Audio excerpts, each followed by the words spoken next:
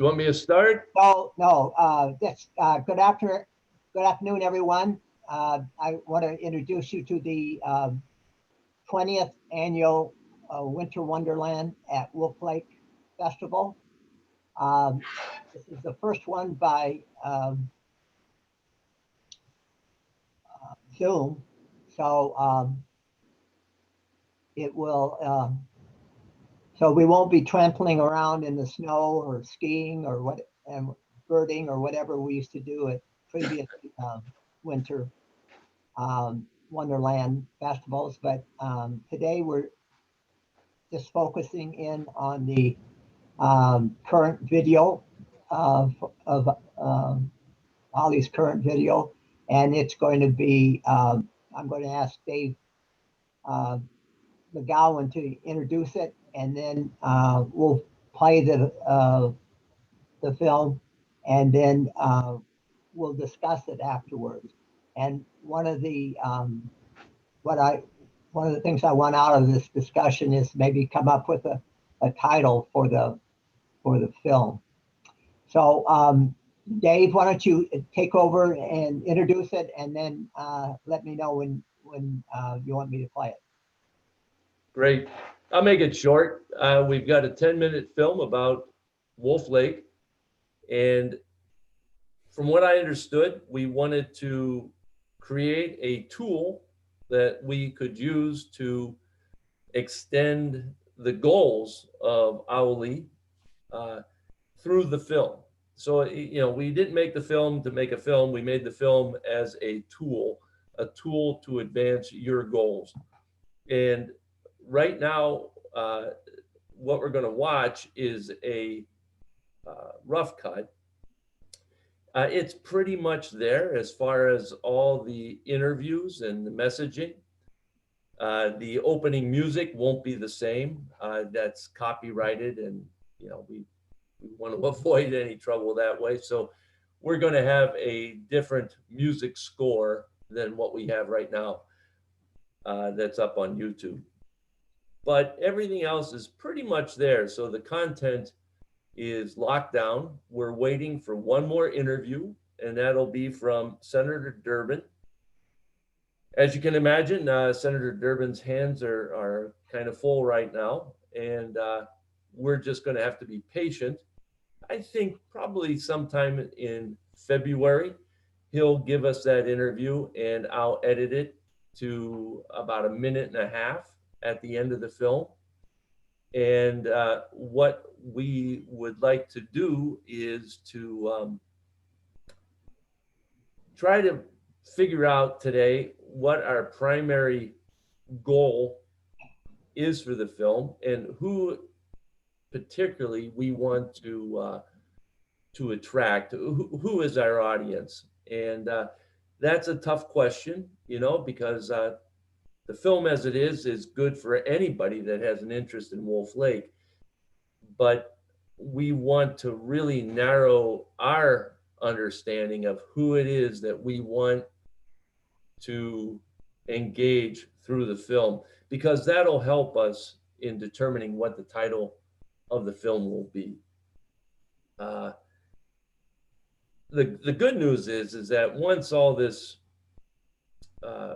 current controversy in Washington settles down, Durbin as the number 2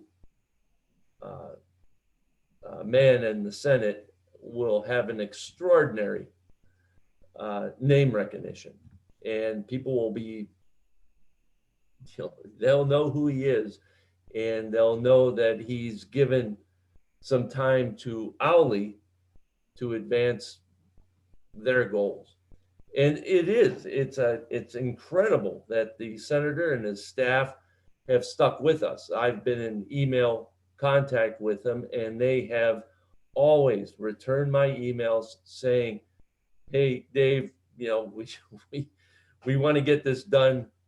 We want to get it done as soon as possible, but because of the current conditions in the country, their attention is being diverted." But once that settles down and we have him at the end of the film, I think it's just going to be even better for our goals. One other thing that I'd like to extend is that I think I understand some of the big challenges of AWLI. One is that mutual cooperation between Illinois and Indiana. I'm not sure if we can fit that into a title. I'm, I've been thinking of it myself. I'm really not coming up with much, but we should keep that in mind. The other goal, I think, is to attract youth, get people involved, get people engaged with Wolf Lake.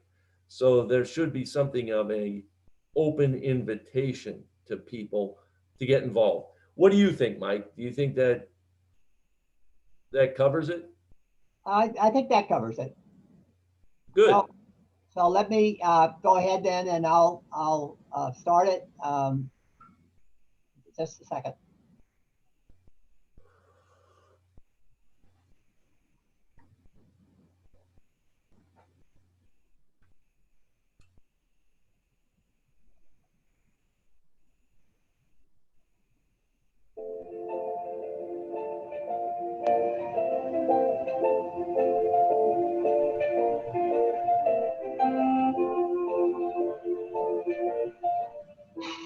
The Association for the Wolf Lake Initiative, or AWLI as we call it, was organized in 1999 to get all the partners in the bi-state Wolf Lake area together to talk to each other. And some of the stakeholders are the City of Hammond, Indiana Department of Natural Resources, Female Green, City of Chicago, and Cook County. And everybody gets together and says, this is our Wolf Lake, this is our George Lake, this is our Eggerswood, and we want to keep it this way. Right now, we are standing in the city of Chicago, which nobody would believe that there is a giant lake with an impressive biodiversity within the city limits of Chicago. So on one hand, if you look behind me, you can see typical aquatic ecosystems, all kinds of natural life going on. But then look on the other side of me and you see oil containers and industry, and there's 100, 150 years of this sort of environmental impacts. And they're living, right next to each other. Wolf Lake is just one of those jewels in the Chicago region that we still are trying to understand. Why is there such a wonderful biodiversity in this lake that we really haven't taken very good care of for such a long time, and yet vestiges of it remain. And as it turns out, Wolf Lake has a very unique species living in it called the mud puppy. This is a fully aquatic salamander, and for whatever reason, Wolf Lake has one of the largest populations in Illinois. We're starting to do restoration projects. We're starting to bring some of these types of things back. And so it's just, it's amazing that biodiversity has survived here in Wolf Lake, in the Calumet region, with the whole history of industry that has been in the region. You could say I was a student of Wolf Lake. It taught me basically how to view conservation dynamically, because everything changes over time. Wolf Lake has changed over time. All ecosystems change over time, and change happens. You have to go with it. And I've worked in a dozen different countries around the world, and when you step back and you look at it from 40,000 feet, you can see that it's really just a continuum. The same processes are going on everywhere, all around the world. It's just that the intensity and the way those are working are slightly different. So ironically, what's happening in Wolf Lake is the same as what's happening in the heart of the Amazon rainforest. You just either have a lot more people or a lot fewer people, but fundamentally, if you learn the lessons that each area can teach you, you can apply those to other areas depending upon how you would like to see the future unfold. And so it's really up to us to decide where we want to see Wolf Lake in the future. One of the things that we have learned over the past 100 years is that our actions have a huge impact on the lake, and we can drive what we want to see happen here. So I would like to see a greater diversity of some of the more sensitive species that perhaps were here in the past.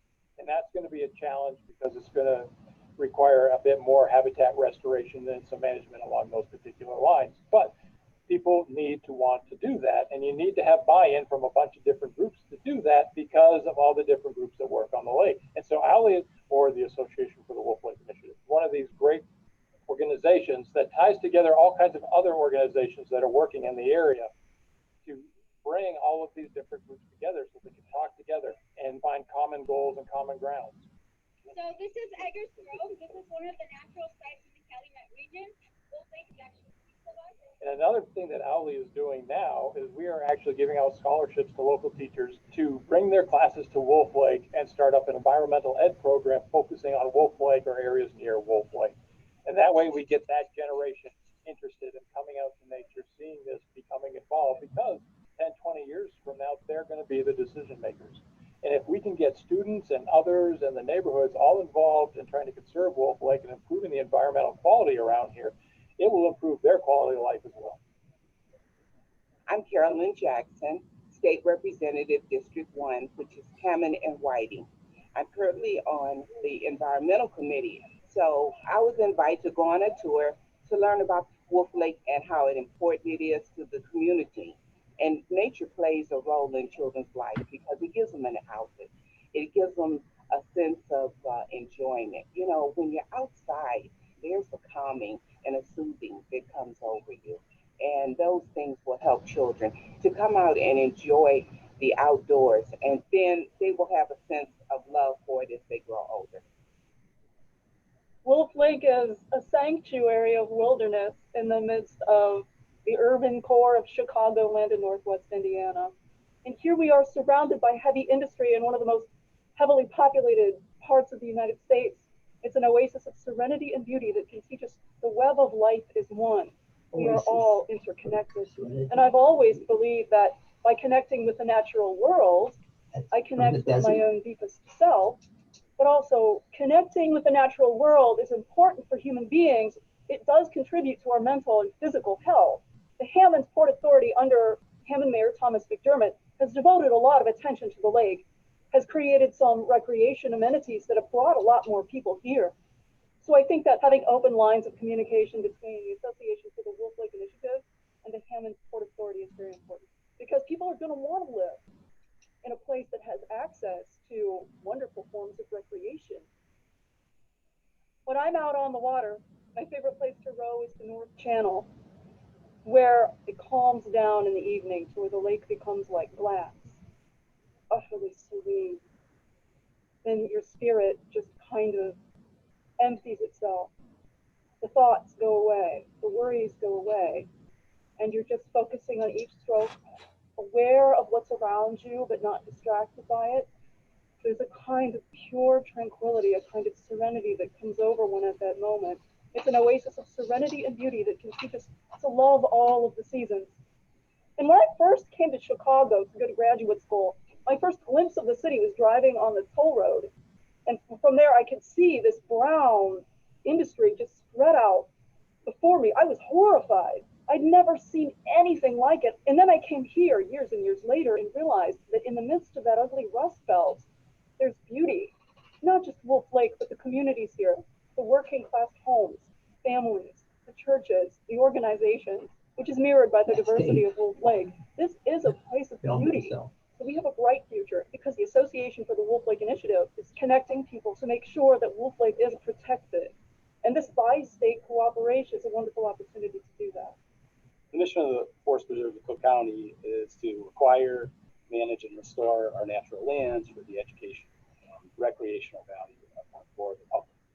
We own two really important properties, Eggers Woods and Powderhorn Preserve, one north and one south of Wolf Lake. And we're looking at connecting the very north end of Powderhorn Lake right into the south end of Wolf Lake.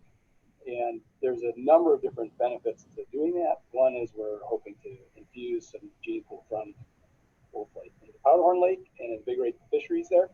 We're also looking at some of the species that are unique to Wolf Lake that can make their way into Powderhorn Lake, mud puppies and other animals like that. And Powderhorn Preserve is literally the east end of that property is the Indian State Line. AWLI or AWLI is an organization that is laser focused on this really big resource. They are the kind of the glue that pulls this together. So we do not have a ton of interaction over the state lines just because our purview doesn't allow us to do that. They can work across state boundaries, they can work across county boundaries, they can work for different municipalities in a way that we can't. And our goal is to be a contributing partner to what's going on at Wolf Lake, as there's so many different owners, so many different interests, so many different things going on. We're interested in particular in the natural resource value of the lake, and we're interested in the human recreation side of that natural resource. I think Wolf Lake provides a service that you really can't find in many urban areas. And it provides people the opportunity to recreate in the way that they see fit. And now we are learning more and more that for people's physical, mental well-being, that being in nature has a tremendous positive health effect. We're starting to see medical professionals writing prescriptions for people to take 3 walks a week in nature. And their goal with that is to get people to turn their minds off, to bring their heart rates down, to reinvigorate the peaceful side of their nature, which is critical for health, as we're finding out.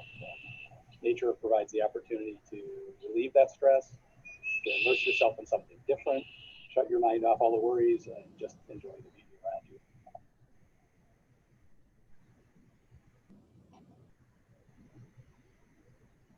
All right, Dave. Yeah, I just watching it again, you guys did a really good job of interviews. I think the messaging is crystal clear.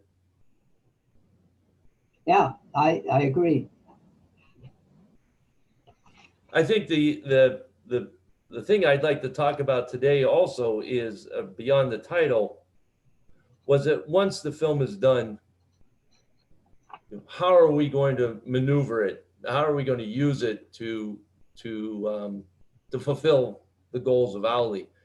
If we just leave it on YouTube or just park it on a website, it'll languish. We have to think of ways of getting it out there and the ways of using it beyond just people going to YouTube and watching it. I think I think one of the original thoughts was that it would be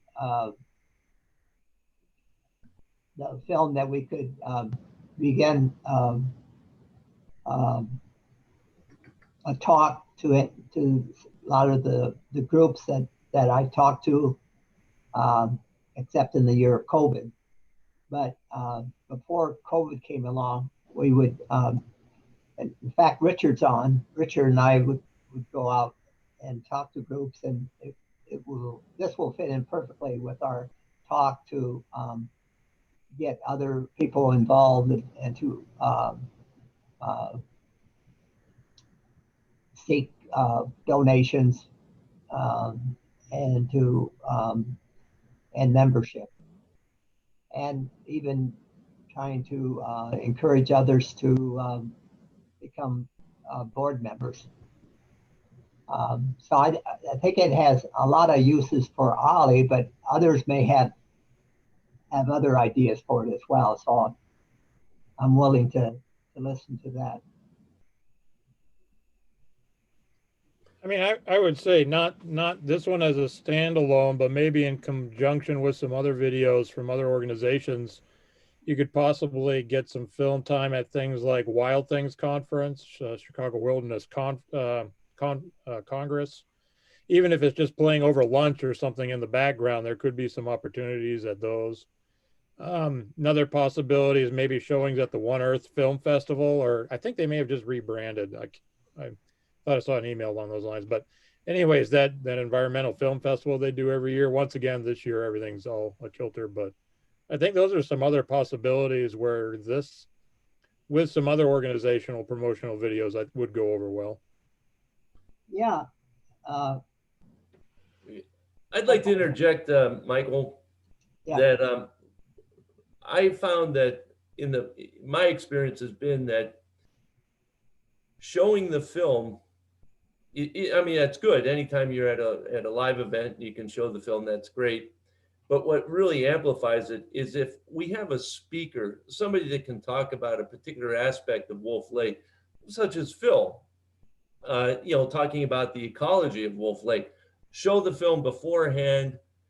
It gets the audience up to speed. So then there's a live person there that can fill in the details of Wolf Lake. But most importantly, that somebody is there at that event taking down people's names for volunteering, or asking. I don't know if you take donations. I'm just going to use it as an example. That would be the time to say, okay, we need donations. Can you help out?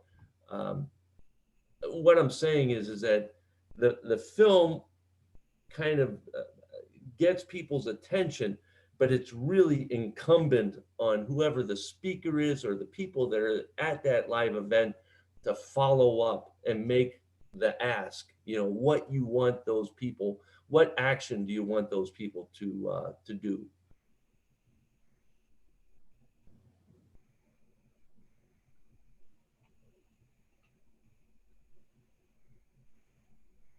Anything else? From me? No, that's all I wanted to interject. Okay. I just wanted to say, that the film it's like a tool. It's a tool to get attention, but the real work is going to be people, actual people, asking other people to do something, to get them on the page, to get them to commit to whatever it is you want them to commit to. Does that make sense? I mean, am I? Yep, that's the plan. Okay, good. Colleen, what do you think? I was wondering if it makes sense to share it with, some of the other, I don't know what you want to call it, like awareness raising activities around what the Calumet Heritage Partnership and some of the other stuff that's in the works now. Also, it wouldn't hurt to show it to teachers so that they know where, the importance of where they live and work. Okay.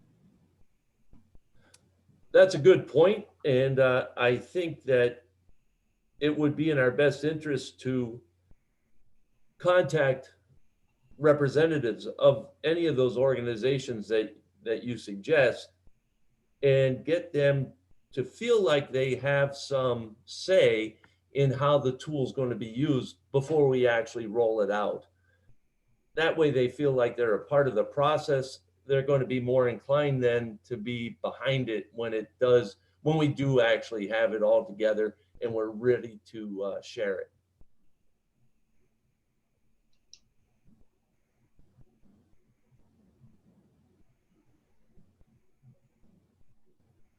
There's some other organizations too. There's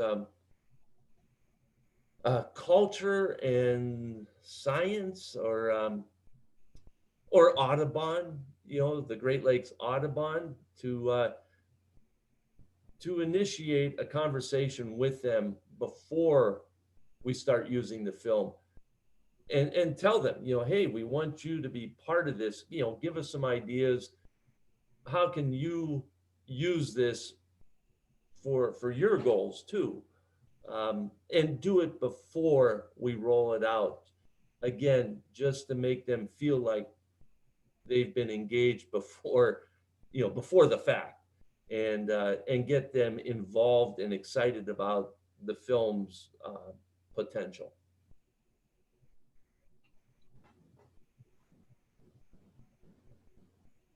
Richard, how would this work in Calumet City?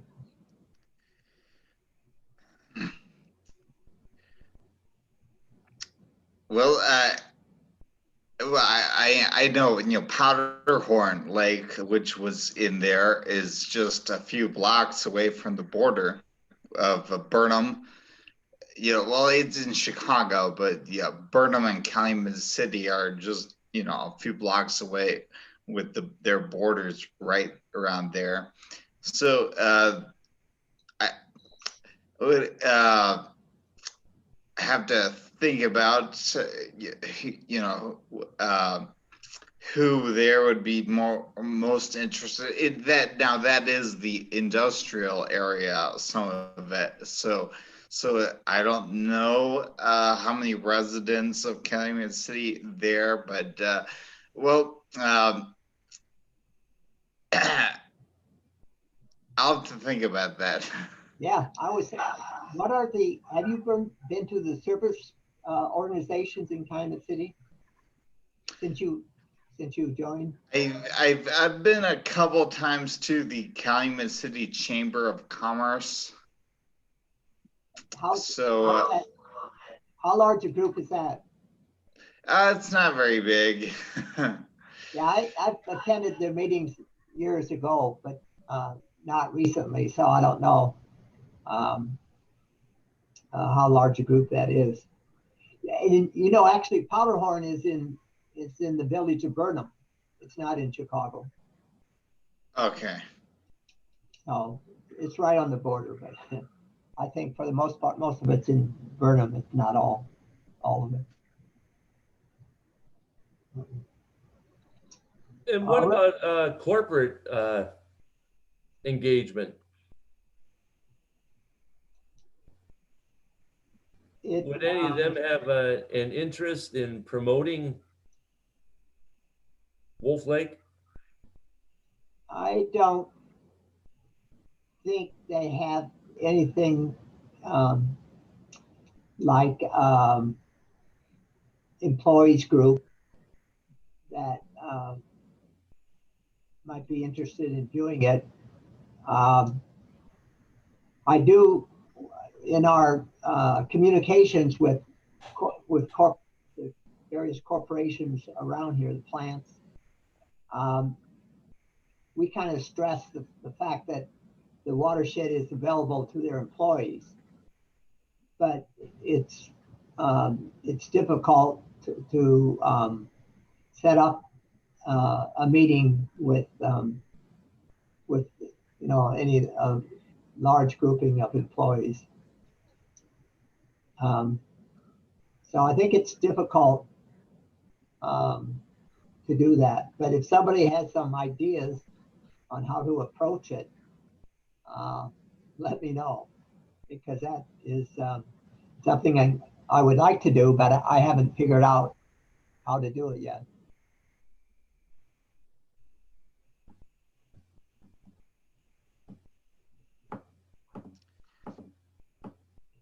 So now, Yeah, well, as far as corporate goes, I know there was at one time I thought that Sinclair Bank, which was originally from Whiting, might be interested in some sort of a presentation. yeah, we can approach them again. We've done that once, and we couldn't get anything, agree on anything, but we can go after that. And there is a Chamber of Commerce in Hammond that is mostly corporations, and I don't think I know the head of them now, but we could approach them and invite ourselves to one of their meetings. And that would be probably the best way to approach corporate community, is through that Chamber of Commerce. And there's also a group on the Illinois side that CAKE, it's I can't remember what that stands for, but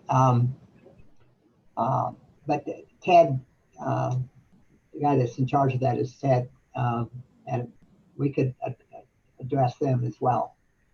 But so there are ways of doing that. We should prepare by having available a LCD projector and speakers, so that if it does come up that we can show this to a group, that AWLI is prepared to do it. I may not be available, but you should have that ready in case something does emerge, that you can show it to some entity. You're prepared to do that with a projector and speakers and so forth. Yeah, yeah, we've done that in the past with, not so much with film, I don't think, but with, uh, I guess it would basically combine with PowerPoint. Um, and so a combination of film and PowerPoint would probably would be what we would be doing. And So you have a projector already? we do PowerPoint presentations, you know, over the last couple of years, 3 or 4 years. You just need and we have the projector, but it doesn't. We would have to combine it with Audio. with the film on which we could, it's easy to do. Yeah. It would be a combination between PowerPoint and film.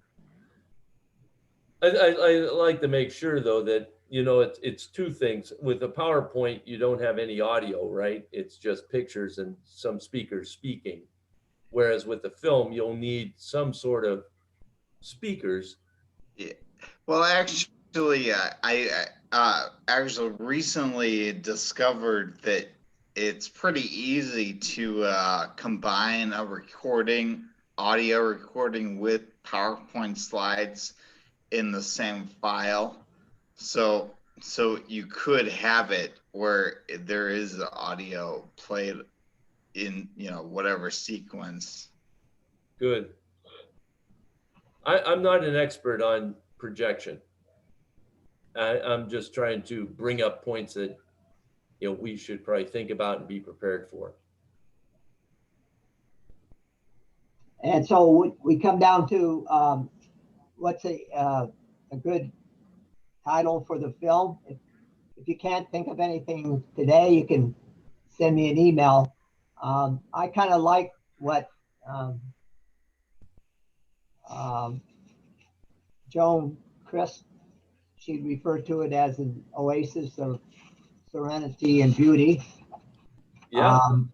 And it could be something like the Wolf Lake watershed oasis of, we're combining the desert with the wetlands, but anyway, oasis of serenity and beauty.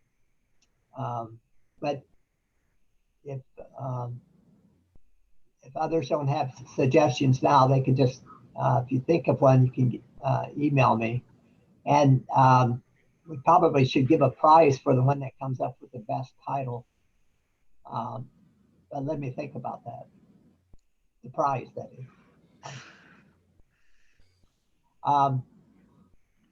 Any other comments? When is the Wild Things event this year? February. I have to check my calendar. Give me a. That's soon though. Okay. Yeah, if it's in February, it's Zoom. What's in the fall? That's probably when we can probably be able to break out and do some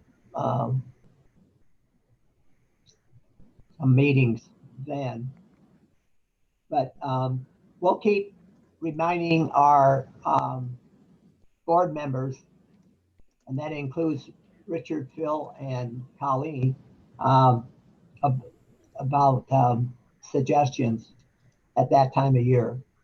I'm already checking out speakers for Calumet Revisited, and maybe I'll make one of those events, the showing of the film. And that would probably be in late 21 or early 22. I'm kind of filled up with the Calumet Revisited through 21, but into 22, I haven't started filling up those events yet. So we'll do that. And then, so most of us will be meeting on January 29th at the Board of Directors meeting as well. And we can talk further about that at that point. And Phil had mentioned the One Earth Film Festival. I'm not aware of that. Oh, it's an annual event that features assortment of environmentally oriented films. Who's the sponsors of that, Phil? I mean, I think that's the name of the organization, but I thought I saw an email the other day saying it had a new name, but maybe not. I might be confusing it. But they hold films. I mean, they show documentaries that are typically a half hour to an hour or so. And if the documentary is longer than that, then they'll just show a section of it. Typically, different venues over a couple month time span. And I don't remember exactly when all of that is. And I don't think they're doing it this year, or they might be doing a reduced amount this year. There you go. Yeah, I haven't heard about it. Calumet College usually sponsors one film. University of Chicago also sponsors the showing usually, and that's in the local area. And I'm sure there's a lot of other places on the north and west sides that sponsor that show them as well. Yeah, Peggy Notebard has had showings. I think may have even had some at Lincoln Park Zoo, maybe. I'm not sure about that, but there are a bunch of different. They probably have around 12 to 20 different places normally. Yeah, and yeah, some of those are. We could think about that as well. I don't want to dismiss the idea of a film festival. I think that's a great idea, and we should chase that down whenever we can. However, film festivals probably will not give us the venue that we can have our own speakers to do those things that I had indicated earlier. You know, to actually motivate people to do some action. You know, the film festival will show the film and then they'll move on to another film and we'll be one of many, and that's great. You know, it'll have an impact in that regard. But I think what we really need to think about is to try to come up with some sort of venue on our own that we can put together, that the film is shown in the beginning, but maybe you have a number of speakers talking about different aspects of Wolf Lake. We did something for white nose syndrome at the Field Museum, maybe about like 8 years ago. And the film that I made was only like maybe 12, 14 minutes long, but they had it at the Field Museum. They had like 8 speakers, including Merlin Tuttle, like Mr. Bat, you know, and boy, they filled that theater at the Film Museum. I think there's about 300 people there. They had, you know, live bats. They had other things going on during the day. It turned out to be a 6-hour extravaganza on bats. You know, of course, the film was just this one little component of it, but they built it around the film. So it was like the screening of the film, and then they had a number of speakers, and boy, it was a very successful event. It got the message out about white nose syndrome and about bats. It brought a lot of people together. It became a huge event all around a very short film. So I guess that's what I'm trying to convey, is that the film will act as this sort of germinator for a larger thing that we could use then to generate energy about Wolf Lake. Yeah, at Calumet College, when they had their showing, I usually get up and talk about opportunities at Wolf Lake, and then with some of our partners, what's coming up. And yeah, so And I haven't been to the University of Chicago showings, but I bet you they do the same thing there. Is trying to localize whatever is being aired with the local community. And I think that's one of the ideas for that that festival that's not going to be shown this year, I don't think, but will be certainly shown next year. So yeah, that's a good idea. Is there a place at Wolf Lake like that building that's on the Hammond side? Is that big enough that you could bring in people, like 50 people, and have the area to show a film, and then have a series of lecturers, talk about the ecology, talk about the history, talk about, whatever about Wolf Lake at Wolf Lake? Well, that's what we used to have the Winter Festival for in the 19 previous years, is that we would have speakers, films. At the Environmental Education Center, the building isn't large enough to have an audience of, they have several large rooms, but none of them would hold more than maybe 25 people at the most. So I don't think it would be that much. no, and I don't think so either. But it depends on how you set it up, because we've had standing room, you could probably get 25. In the lunchroom, if you're not sitting 6 feet apart, you can have, I think, about 20, 25 there. And then in the room in the third room, the way they have it now, it's probably even fewer than that. Probably be about 10 people. So well, here's a crazy idea. I mean, and let's just start with the that any idea, we can throw out any idea. I'm not advocating this, but it just came to me. It might be fun, like during the summer, a warm summer evening, to do something outside. Set up a screen, show the film, have speakers with Wolf Lake behind it. Might be a fun event, and build around it. The 10-minute movie is not going to be enough, to keep to justify bringing people together. But if it was the 10-minute movie and then a series of other things, talking about windsurfing on Wolf Lake, or talking about mud puppies, or talking about the history of Wolf Lake, all being done outdoors, that might be fun.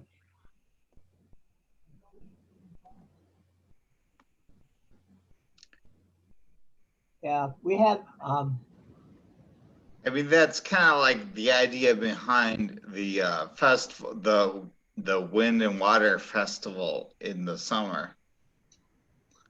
Yeah. Oh, yeah.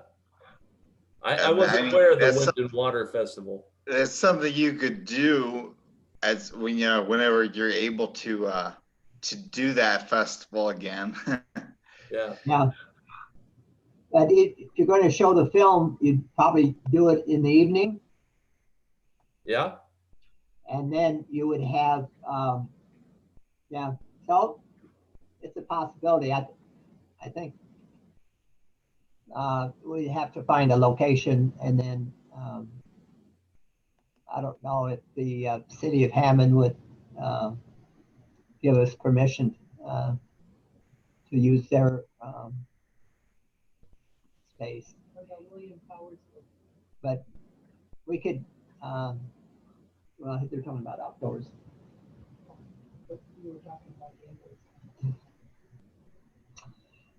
So anything else? Does anybody have a sense of when the pandemic is going to settle down? Are we thinking about late summer where people might be able to congregate again? Well, if you're old enough, you could probably do that in a couple months. But I think for the population in general, I think I'm making plans for late fall I've heard late summer. or late summer, maybe. Yeah. But the problem with planning things is if you plan something in late summer and all of a sudden, hey, it doesn't open up until fall, then you Yeah. you lost all your planning things. So it's if you're going to put a lot of energy and some money into something, then you want to make sure that you're able to for it to become a reality.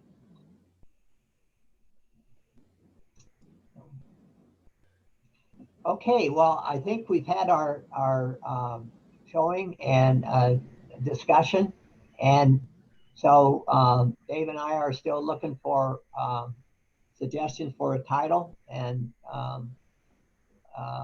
just keep those cards coming in with your suggestions. And I guess there's 4 of us in this meeting that will be at the meeting on the 29th for our board meeting. So I'd like to say, my vote for Wolf Lake, Oasis of Serenity and Beauty, that's a nice title. Okay, all right. That was my suggestion. You can't. There you go, Michael. Shouldn't agree with me. Yeah. Okay, take care, everybody. Thanks so much. Right. Bye-bye. Bye. Bye, Michael. Bye, everyone. Okay, take care, Phil.